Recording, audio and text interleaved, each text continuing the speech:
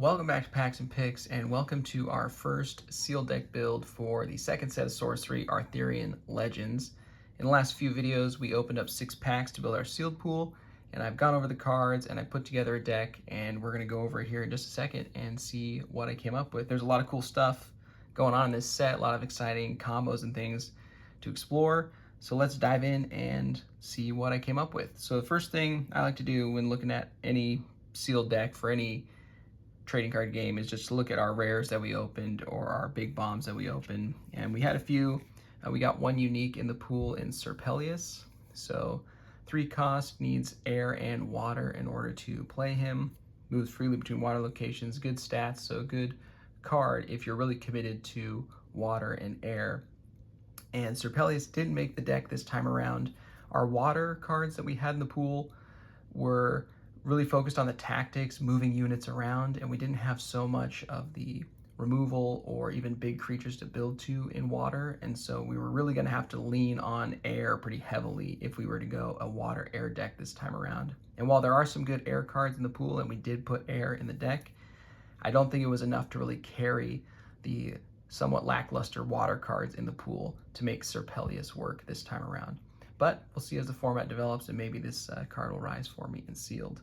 Some other cool elites that we got the Goswood Helmet and the Grim Gizarm. I pulled both of these out because together they make kind of a fun little combo.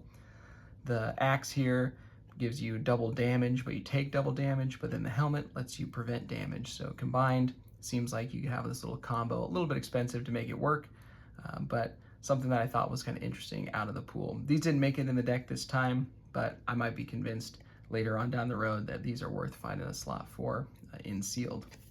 But those were some of our elites. We did have one other elite that made it into the deck that you'll see here in just a minute.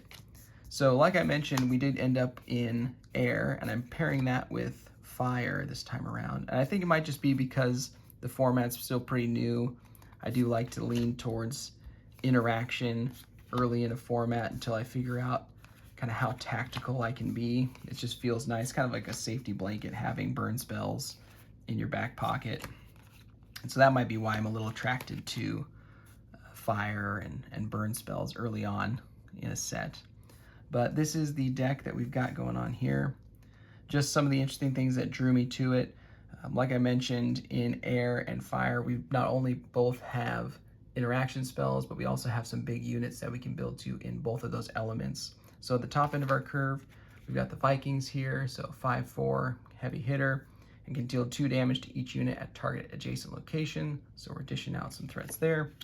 And one of our other elites in the Thundering Giant, so 6 cost, 4 attack, charge. Once on your turn, it can teleport to another location and tap all the units there.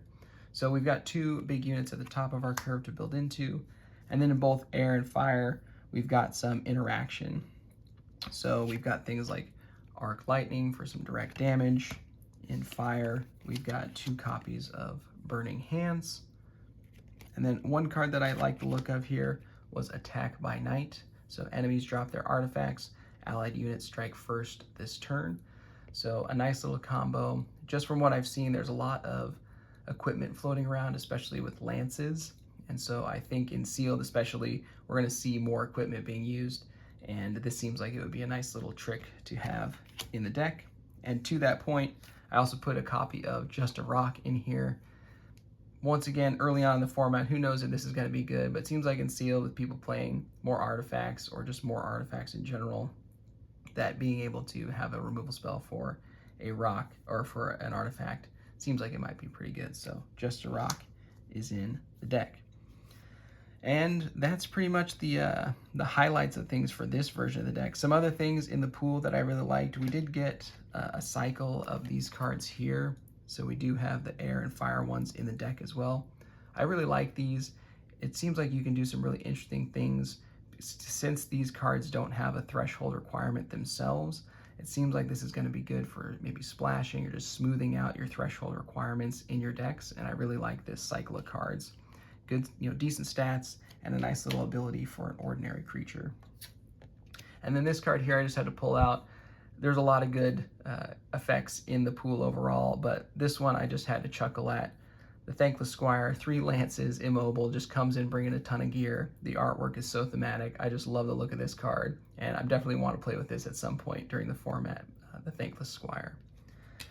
But that's it. That's our first sealed pool for Arthurian Legends. Let me know what you think of this deck. Is there something else in the pool that you want to find a slot for?